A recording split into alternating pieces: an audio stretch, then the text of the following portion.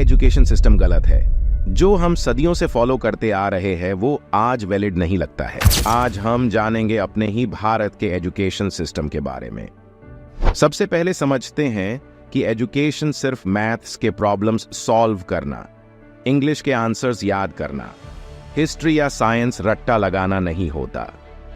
Education का असली मतलब है नॉलेज गेन करना, किसी चीज को समझना। मैथ्स में किए गए एडिशन, सब्ट्रैक्शन, रिलेशंस, इंटीग्रेशन, इन सब को रियल लाइफ में कैसे अप्लाई किया जा सकता है, यह सीखना इंपॉर्टेंट है। इंग्लिश ग्रामर, वोकैबुलरी और स्पीकिंग स्किल्स को सुधारना भी जरूरी है।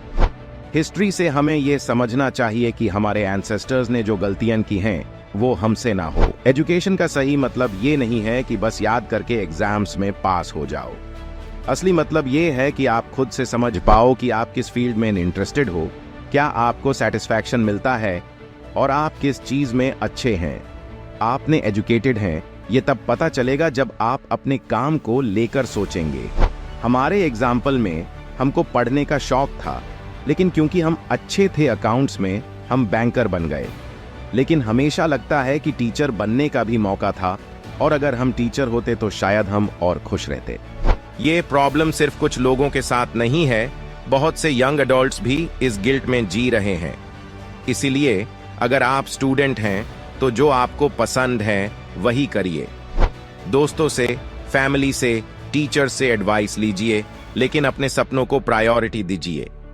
और अगर सपना पूरा ना हो तो कम से कम जिंदगी भर रिग्रेट तो नहीं करना पड़ेगा। एजुकेशन सिस्टम में थोड़ा बदलाव होना चाहिए। कहीं सिर्फ पढ़ाई हो रही है, कहीं सिर्फ एक्स्ट्रा करिकुलर एक्टिविटीज हो रही हैं। दोनों को बैलेंस करना इंपॉर्टेंट है। जरूरी है कि एजुकेशन सेंटर स्टूडेंट्स के इंटरेस्ट्स को समझे, उन्हें रिस्पेक्ट दे और उन्हें गाइड करे। क्या आपको पता है कि कुछ बच्चे तो स्पोर्ट्स में इतने टैलेंटेड हैं कि वो स्टेट लेवल तक पहुंच जाते हैं, लेकिन जब क्लास 10 के बोर्ड एग्जाम्स आते हैं तो वो अपनी प्रैक्टिस को छोड़ देते हैं, क्योंकि उन्हें लगता है कि उन्हें एकेडमिक्स पर फोकस करना चाहिए।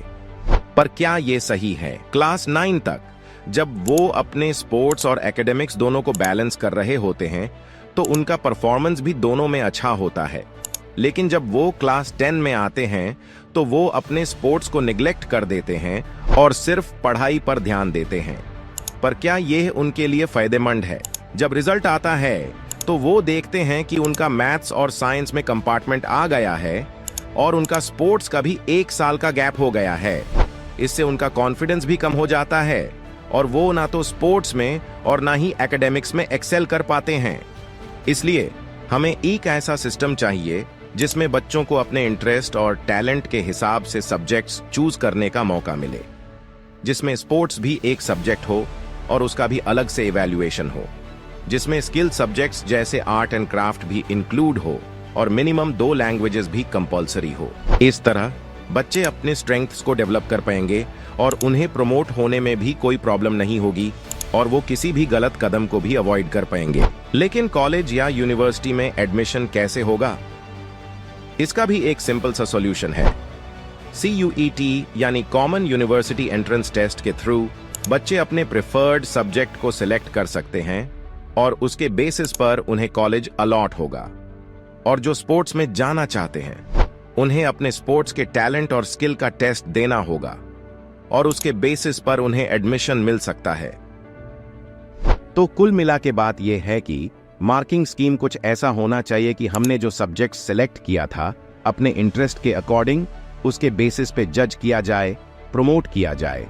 बच्चों को प्रेशर ना हो, कहीं कोई रुकावट ना हो। बहुत सारे बच्चे ऐसे भी होते हैं जो फेल होने के कारण डिप्रेशन में चले जाते हैं और कईयों के मन में सुसाइड का ख्याल भी आता है और अपनी जान गंवा देते हैं। इस सिस्टम में फेल को एज अ वर्ड ना यूज किया जाए। अपने स्किल्स एंड इंटरेस्ट्स की वजह से वो प्रमोट हो जाएंगे और ऐसे बिना हिम्मत हारे बच्चे आगे बढ़ पाएंगे। यदि आपको ये वीडियो पसंद आया हो या फिर किसी भी तौर पर आपको अपने ही एजुकेशन सिस्टम पर विचार करने पर मजबूर करता हो तो कृपया इसे अपने परिवार और दोस्तों के साथ जरूर शेयर करें। तब तक के लिए हम मिलेंगे एक नए वीडियो में एक नई सोच के साथ।